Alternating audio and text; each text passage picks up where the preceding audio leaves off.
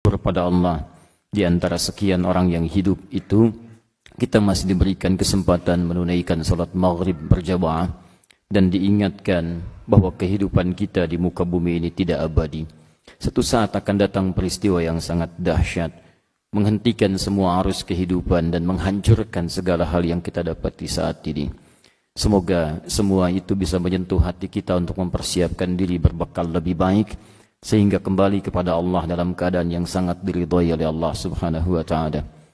Untuk itu kita bermohon pada Allah semoga salat yang telah kita tunaikan diterima oleh Allah Subhanahu wa taala dan menjadi bagian dari amal saleh yang kita buktikan sebagai bagian dari keimanan kita kepada Allah.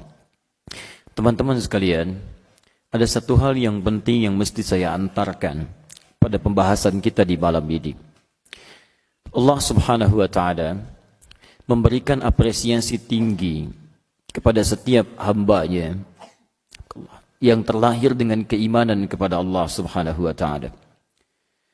Apresiasi ini salah satunya kemudian Allah wujudkan melalui dua hal utama. Hal pertama, Allah ajak setiap insan yang merasa beriman kepada Allah untuk membuktikan keimanannya. Sehingga dengan nanti pembuktian keimanan itu diketahui kesungguhannya dalam beriman kepada Allah, plus nanti akan diberikan kabar gembira dengan pertahanan keimanannya itu. Karena itulah kemudian segala jenis kalimat-kalimat iman dalam Al-Quran pada umumnya seringkali disandingkan dengan pembuktian keimanan dalam wujud amal saleh.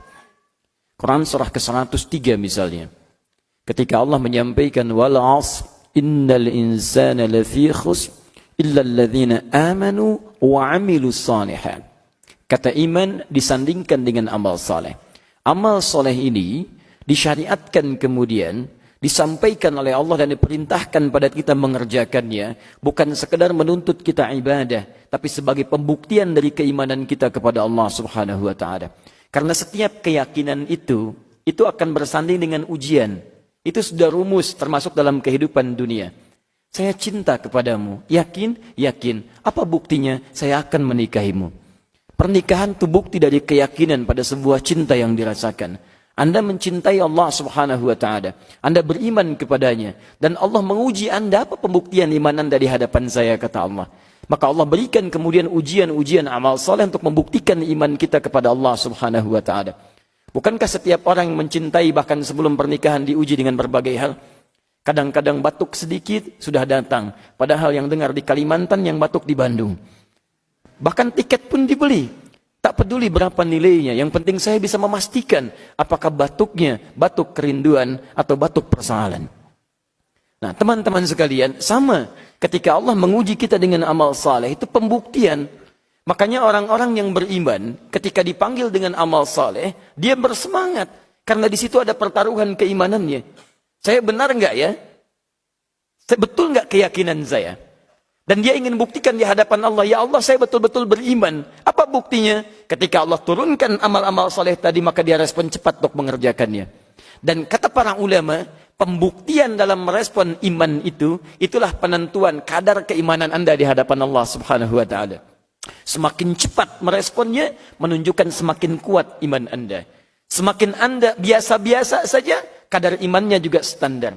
Maaf, semakin terlambat meresponnya atau malas, menunjukkan iman Anda lemah, atau bahkan mengecil, atau bahkan hilang dan berubah menjadi sisi yang lainnya.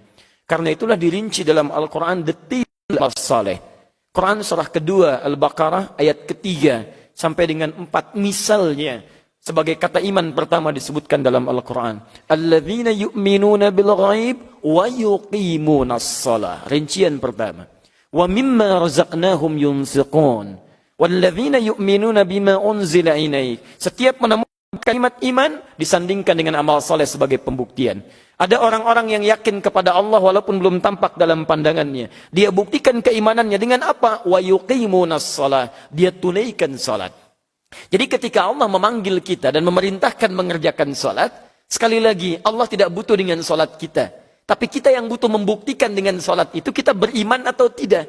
Makanya perbedaan orang beriman dengan yang tidak itu pada amal solehnya. Kalau Anda mengaku beriman ketika dipanggil sholat, Anda akan buktikan, ya Allah saya betul-betul beriman. Bahkan ada orang yang saking ingin membuktikan, sebelum dipanggil dia sudah siap-siap.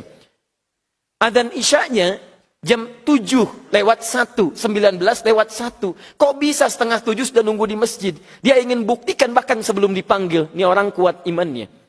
Ada orang yang standar begitu dipanggil, Allahu Akbar, dia datang. Saya ingin bedakan diri saya dengan yang belum beriman. Tapi ada persoalan-persoalan serius. Adzan berkumandang, belum tersentuh. Belum qomat. Sudah qomat, belum ada getaran. Masih ada waktu. Ini menunjukkan kadar keimanannya sangat rendah di hadapan Allah subhanahu wa ta'ala. Yang jadi persoalan, belum adzan, sudah kuku lutus. Misalnya, kuku lutus itu bahasa apa? Bahasa Jepang sedikit ada improvisasi. Kidungmu lebih merdu daripada suara yang lain. Nah, itu persoalan itu. Contoh. Itu contoh saja, ya. Dan itu didoakan oleh kita supaya ada perubahan-perubahan kebaikan.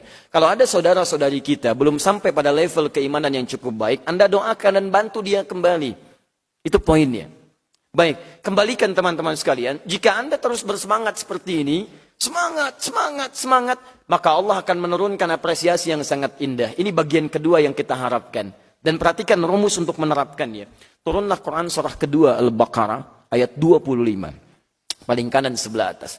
Orang-orang yang membuktikan keimanan dengan mempercepat dan mempertegas amal solehnya, itu langsung diberikan kabar gembira sebelum wafatnya. Dan dia tidak harus dalam suasana tegang, bahkan ketika mendengar bacaan-bacaan yang imam tadi kemudian membacakannya. Ada haru yang luar biasa, tapi ada kebahagiaan untuk menantikan janji Allah dengan peristiwa yang dimaksudkan. Perhatikan kalimatnya. Wabashshiril ladzina amanu, dan berikan kabar gembira pada orang-orang yang telah beriman. Jadi dia belum meninggal, sudah dikasih kabar gembira. Wabashshiril ladzina amanu, berikan kabar gembira pada orang-orang yang telah beriman. Bagaimana kabar gembira itu bisa diraih? Wa amilus salihat, yang dia membuktikan keimanannya dengan memperbanyak amal saleh. Ingat, amilus salihat, dia perbanyak. Salat dia perbanyak. Fardu tambah dengan sunnah.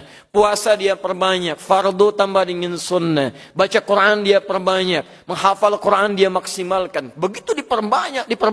Kata Allah, saya berikan kabar gembira pada orang-orang itu. Anna lakum jannatin tajri min tahtihal anhar. Saya sudah siapkan untuk mereka surga yang paling indah. Yang mereka tidak pernah dapati dalam kehidupan di bumi. Kata Nabi, mala ainun ra'at wala udhunun sami'at wala khatara ala qalbi bashar. Tidak pernah terlihat di bumi, tidak pernah terdengar kisahnya, dan tidak seperti yang Anda imajinasikan. Kalau Anda imajinasikan sekarang, itu fiksi namanya. Kalau berbeda, itu fiktif namanya. Karena itu Nabi mengatakan tidak sesuai dengan imajinasi Anda, dan tidak sesuai dengan fiktif yang mungkin sebagian orang kemudian merekayasanya. Bukan, ini bukan fiktif, ini bukan fiksi. Tapi sesuatu yang tidak bisa imajinasikan saat ini, dan Anda akan dapatkan lebih daripada apa yang Anda bayangkan.